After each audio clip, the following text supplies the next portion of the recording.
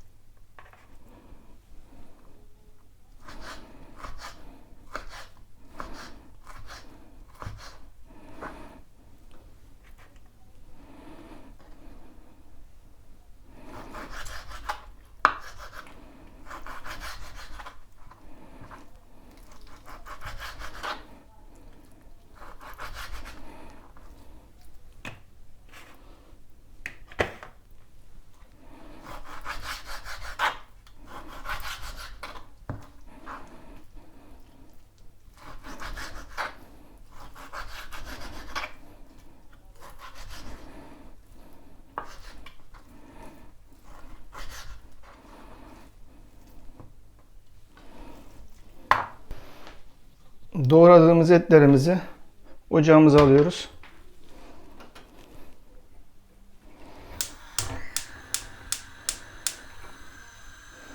Ocağımızı açıyoruz.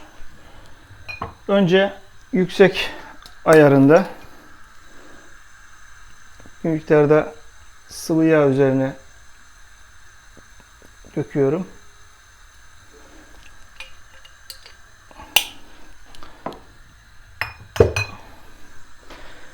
Kaynamaya başlayınca ocağımızı hafif ayarına alacağız. En az ayarında kavurmaya devam edeceğiz.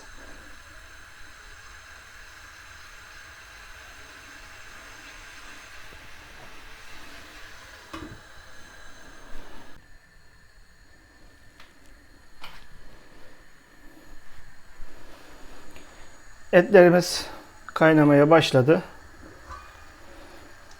Hafif bir karıştırıyoruz.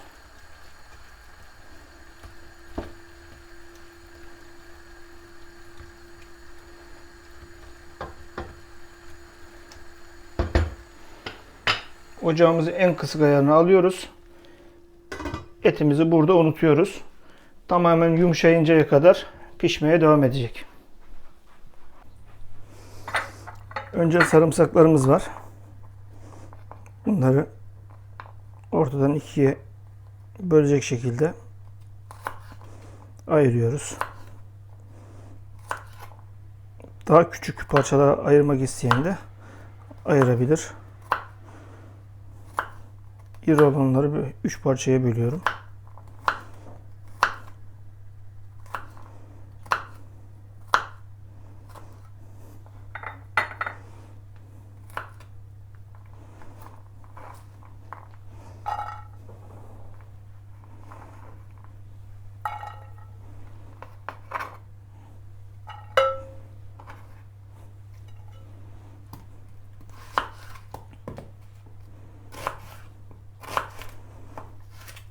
Soğanımızı da yemeklik doğruyorum.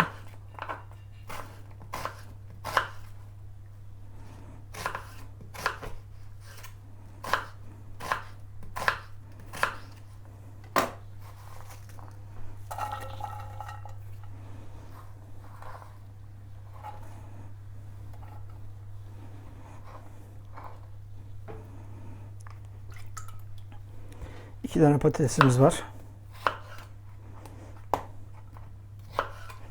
Onları da küp şeklinde Ebatlarını biraz küçük yapıyorum.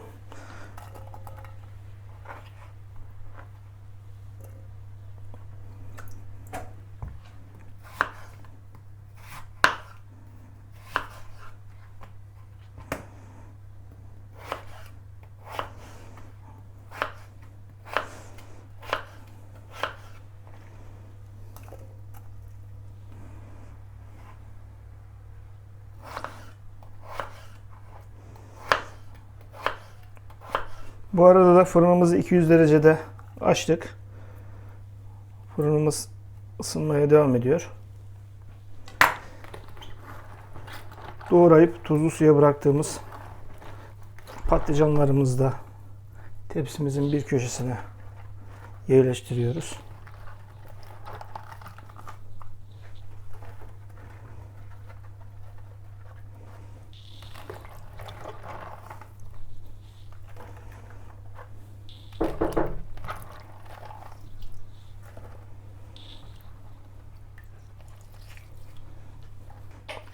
Kapya biberlerimiz var.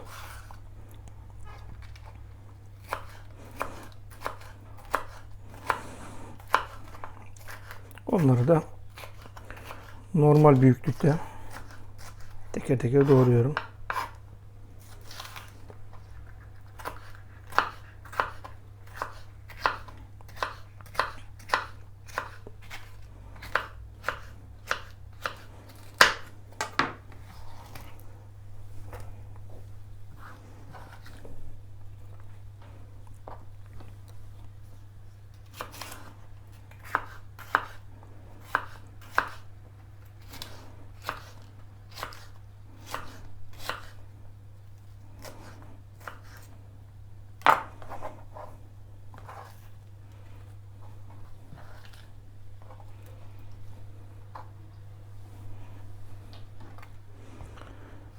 Domateslerimizi de küp küp doğruyorum.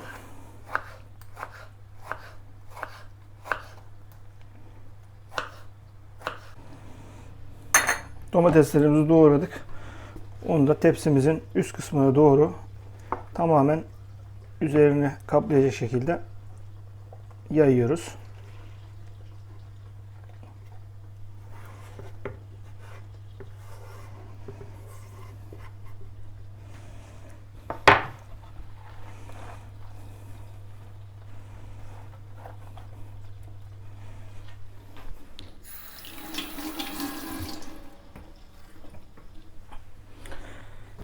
Etlerimizin altını kapattık.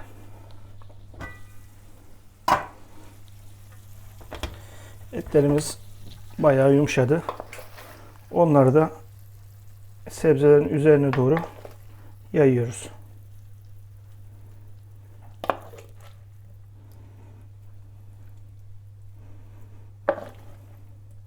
Kalan tüm suyunu, yağını sebzelere geçirmesi için tencereyi üzerine boşaltıyorum.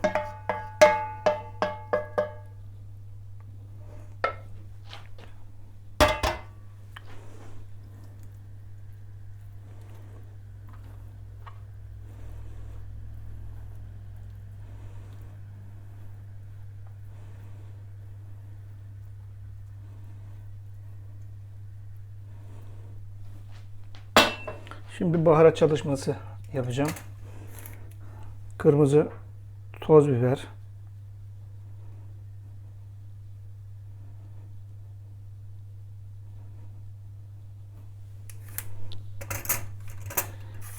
karabiber,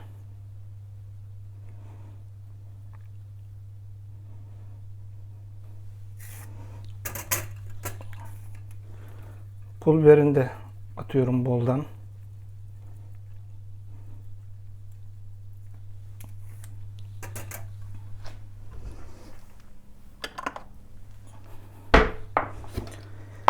Isotumuz var. Ondan da yine yemeğe takviye yapıyorum.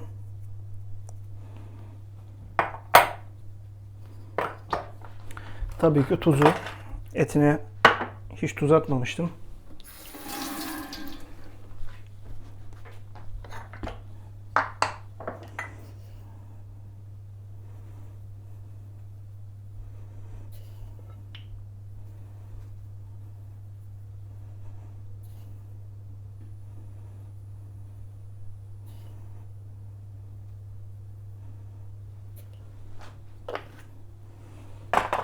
Tuzunu da attım.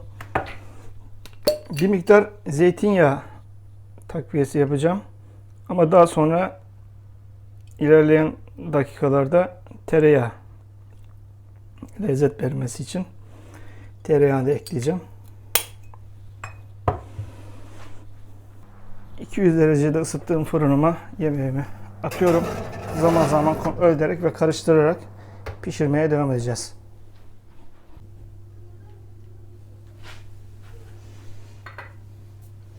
Yemeğimizi fırınımızın dışına aldık. Biraz karıştırdım. Şimdi tereyağını ekliyorum.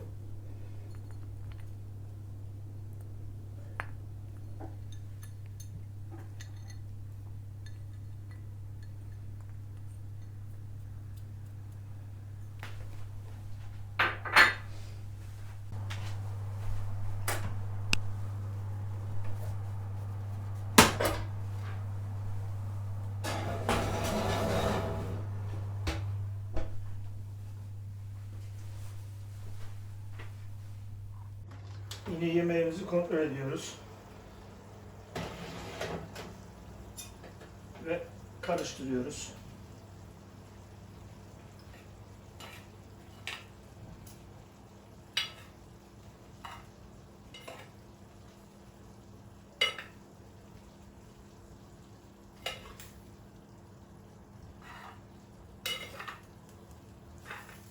Suyunu çekmiş. Gayet güzel. Sebzeler biraz daha yumuşayana kadar pişirmeye devam edeceğiz. Bu aşamada yaklaşık fırına koyduktan bu yana 1 saat oldu. Bu aşamadan sonra ısıyı 175 dereceye çekiyoruz. Pişirmeye devam ediyoruz. Yemeğimiz toplamda 2 saat fırında pişti. Son hali bu şekilde. Bizlere afiyet olsun.